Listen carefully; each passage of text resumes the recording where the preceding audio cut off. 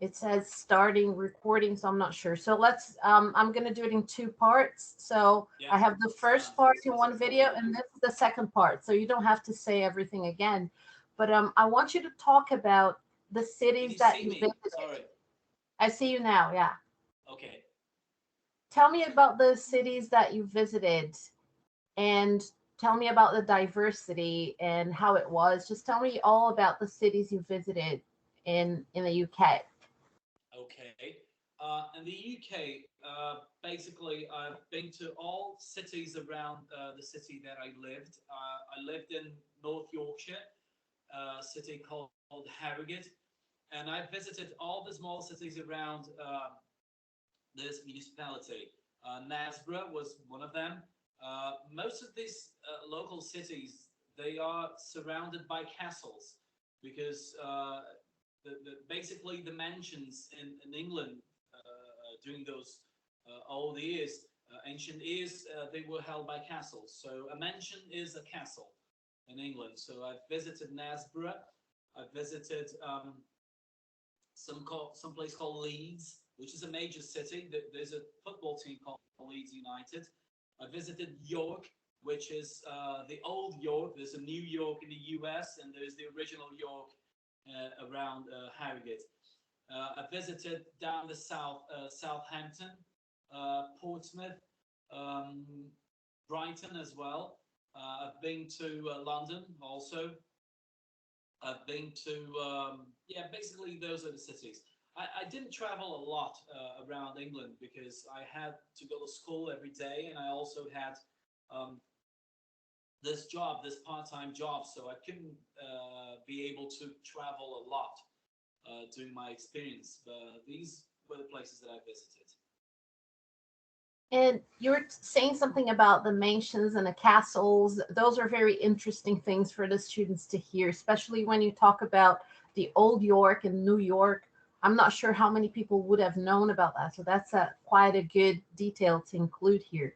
But tell us about the school system. You lost your video again for some reason. Oh, there you go. You're back. Tell us about the school system and what grade you were in and what subjects you took. Right. In England, the system is completely different from Brazil, and it's slightly different from Europe also because they hold like a system where you select your majors, which these subjects are the ones which you will carry on during university. It's similar to the US system, but the difference is that you're not required to study all subjects like you're required in Brazil. So, but once I had to stay the whole year there, and I had to return within at least the subjects that I was supposed to study here in Brazil.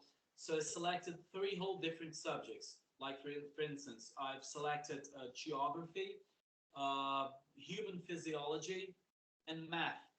And then you come up and ask me, but why did you decide to select three different subjects? Because in Brazil, you study all of them.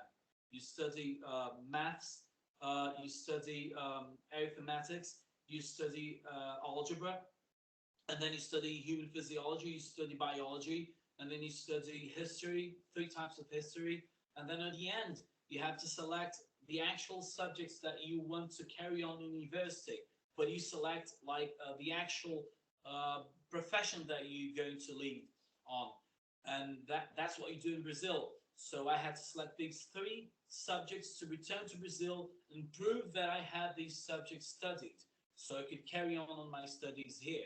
So that's how you actually manage that. But I suppose that in the UK, I was ninth grade probably, comparing to Brazilian system and to the European system, something like the ninth grade, really. And then when I came back to Brazil, I finished the Brazilian, let's say, high school, and then I enrolled university afterwards. That's basically what I did. And talk about the diversity. You're telling me that you were the only black guy everywhere, and this is something that even in Brazil, in our society, because of the different social classes, we always were. the only black people everywhere, pretty much, which people find it kind of strange when we say that. But how did you experience that in Great Britain? Well, because I've always talked a lot. I mean, once I open my mouth, people they realize there's something different there. Because the ordinary black guy, either in Brazil or in Europe, would be someone from classes C and D, which doesn't have much knowledge of things, that is not enrolled into a part of the society that most people are, like not most, but the minority, but the minority that actually studied reasonably to come into an important position in society. So people would realize that there's something different about this guy. So I never had any problems with that really, because I never had neither in Brazil, so I wouldn't have in the UK. Um, but I had many people asking me things about where I studied, how did I end up in England, how come I know English so well. These questions they come out, they used to come out a lot in the UK, and still because I work with foreigners nowadays. I work with exports. I have my own company that's contracted by a dairy industry in Brazil, one of the biggest ones here. And I work specifically within exportations of dairy worldwide. So I deal with French, I deal with Dutch, I deal with Africans, I deal with Australians, Americans, with everyone in the world. So every time we come into a conference call like this one we're doing now, people they realize, oh, so you're from Brazil, but how come you have an English accent? So I have to always have an explanation, a brief explanation of how did I end up working with exports with British accent, being Brazilian. So I'm very used to it. But that's how it goes, really. I mean, it's normal for me. It doesn't make any difference at all. And how long have you been working in this field of exportations? And how has this experience been? And how does it connect to knowing English?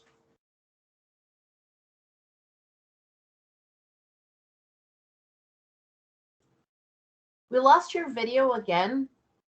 So here's what I'm going to do. I'm going to restart. No, there you are. I guess you're back. Go ahead.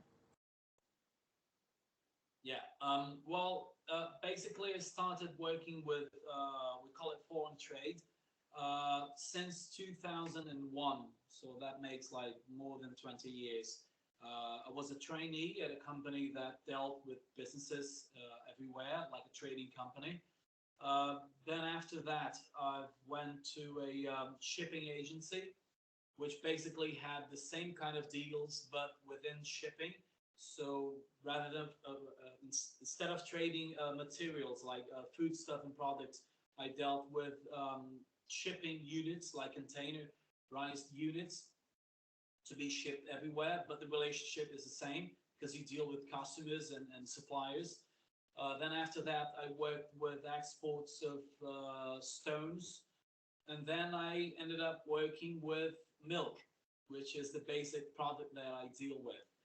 This connects perfectly with my experience because I've always dealt with foreign people, and it's been always easier for me to do that because once you live abroad, you gather an experience that's completely different of your own experience in your own country. So it makes things a lot easier to deal with because working with foreign trade, you depend on this experience to deal with your customers. So it's not only a matter of knowing your own product, but to know how your customers will expect you to trade like. So it comes And out this into. this is very important because I'm teaching kids who are hopefully going to go into college and who are going to Can you choose hold a just profession. 1 second? Because The dog is my it. dog is barking here. It's because someone is ringing the door. Just 1 second. I'll be right back. 1 second.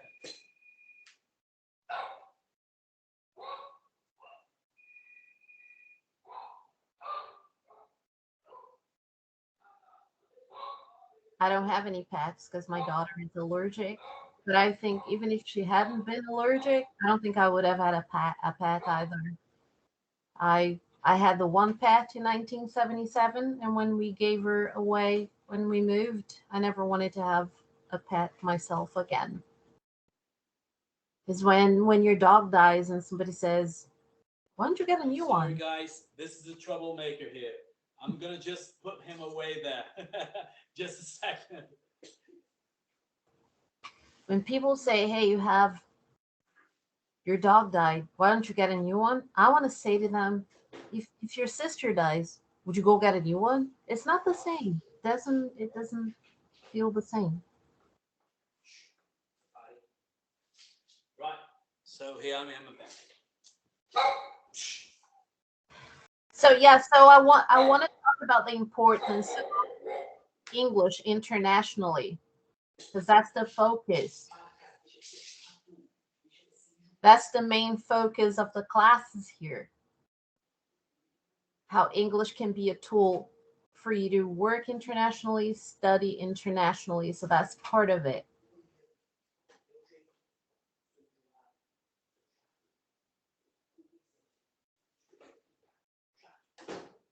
Yeah. Problem solved.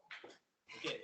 So I want you to talk about the importance of learning English. And I feel like I'm here in Norway, kids, by the time they reach high school, they have a level of English that you cannot find in many countries, including other countries in Europe. If you talk to somebody from Germany, from France, from other countries, they do not speak English as well as the Norwegians. And that's deeply rooted in the system now, in the groundwork that they do.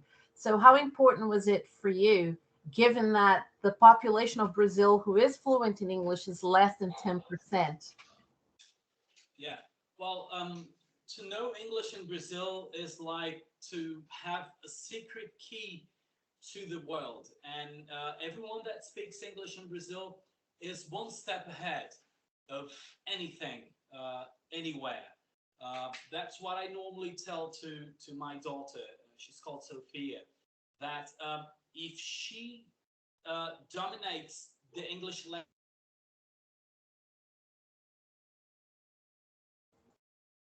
I keep losing your video, but you're saying that if Sophia dominates the English language, she'll have better chances in life. Is that what you're saying?